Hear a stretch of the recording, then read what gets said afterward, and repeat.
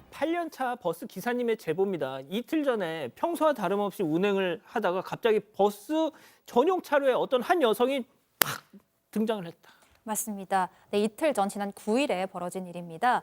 오전 11시 33분쯤에 창원 컨벤션센터 버스 정류장에서 이 기사님이 승객 한 명을 태우고 앞서 출발한 버스를 따라서 버스 전용 차로로 20m 정도 운행을 했습니다.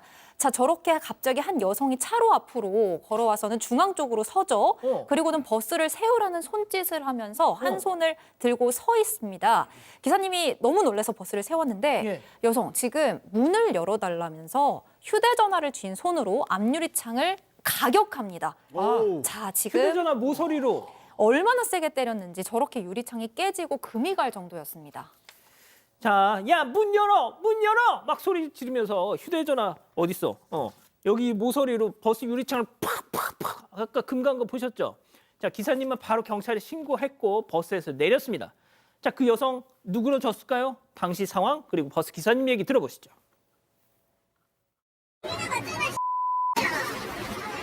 정류장 맞잖아. 저기가 정류장이지. 내가 가야 돼. 정류장 맞잖아. 어허, 이 아줌마 미쳤나. 야,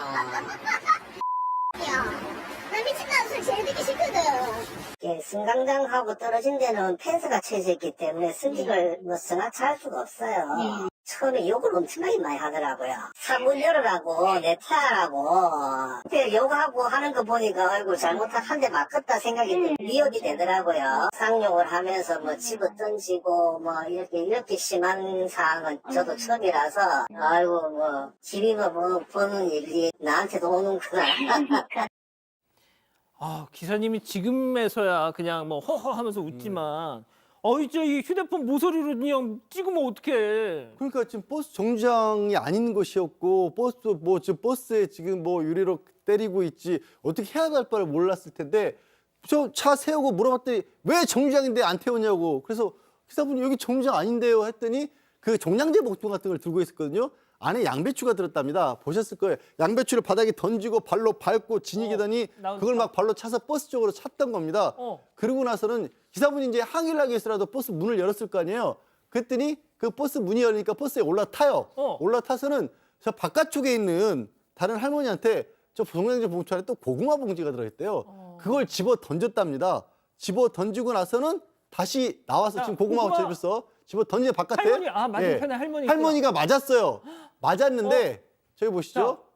할머니 맞았어요. 뭐야? 그러고 나서 저 여성이 어떻게 했는지 아세요? 네. 전 난간 넘어가서 그 고구마 집어들고 다시 갔답니다 또.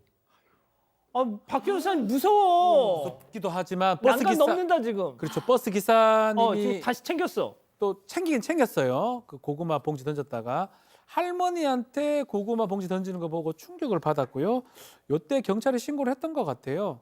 그래서 할머니한테 경찰에 신고했으니까 좀 계셔라고 말씀을 했고, 근데 이 여성은 버스 정류장 가서 또 저걸 주운 다음에 배가 고팠는지 팩에 있는 빵을 또 꺼내서 또 먹는 모습이 또 있었다고 합니다. 진짜? 경찰들이 도착을 했고요. 배가 고팠는지 뭐 맛있게 또 빵을 또 맛있게 먹었다고 해요.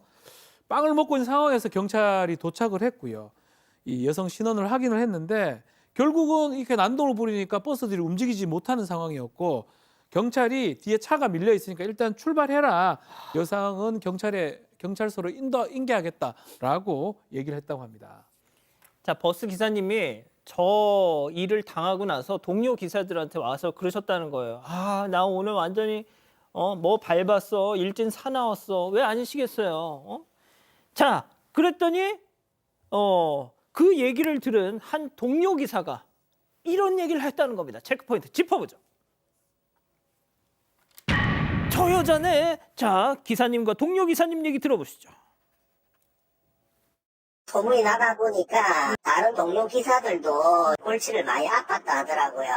내가 영상을 보고 저 여자네 하면서 그분이 타실 때부터 핸드폰 볼륨을 거의 풀로 틀고 그렇게 계속 앉아서 가시더라고요. 손님 다들 시끄러우니까 휴대폰 볼륨 좀 낮춰주세요. 이렇게 말을 했더니 대답 없이 이렇게 그냥 멀뚱멀뚱 쳐다보더라고요. 이러시면은 제가 경찰에 인도할까요? 이러니까 갑자기 탁 일어나더니 저를 이렇게 외치면서 문 열어라! 막 이러는 거예요. 내려달라고 하길래 내려줬죠. 내려주고 저는 다시 출발을 하는데 제 버스 옆면을 팔로 팍 치더라고요.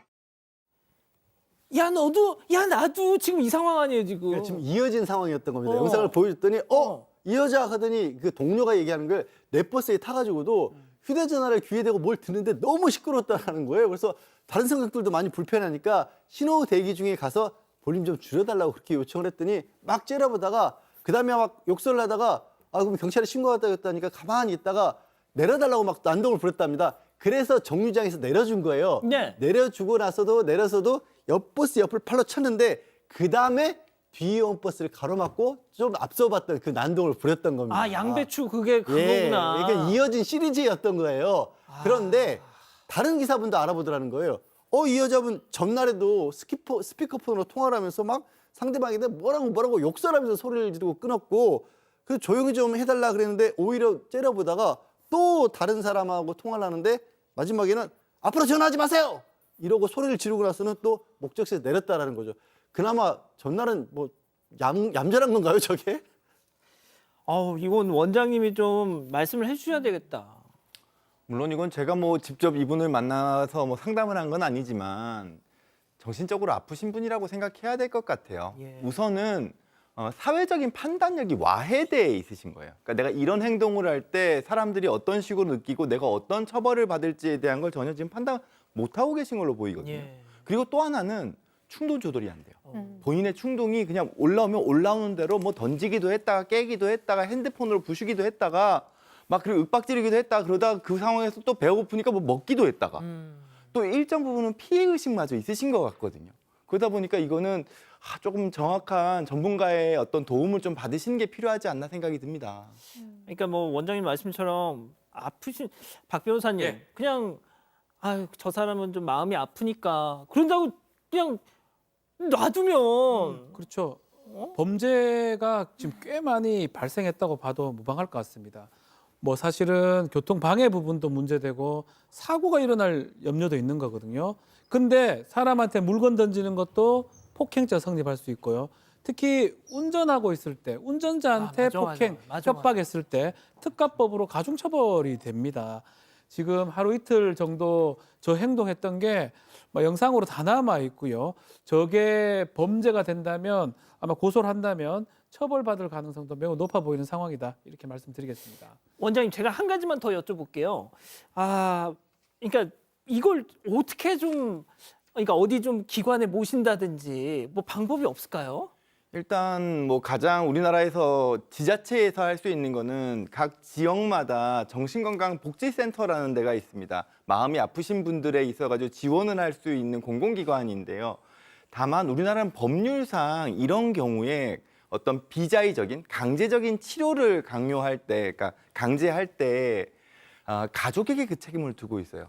그러다 보니까 가족이 이 상황에 대한 걸 책임지지 않으려고 한다거나 확인이 되지 않으면은 치료 연계가 참 어려운 측면이 좀 있습니다. 그렇군요. 참 저희가 이런 소식 전해드릴 때마다 정말 뾰족한 어떤 해답이 안 보여서 너무 답답합니다. 제보하실 게 있다면 사건 반장. 가족 여러분의 진짜 이야기를 듣습니다.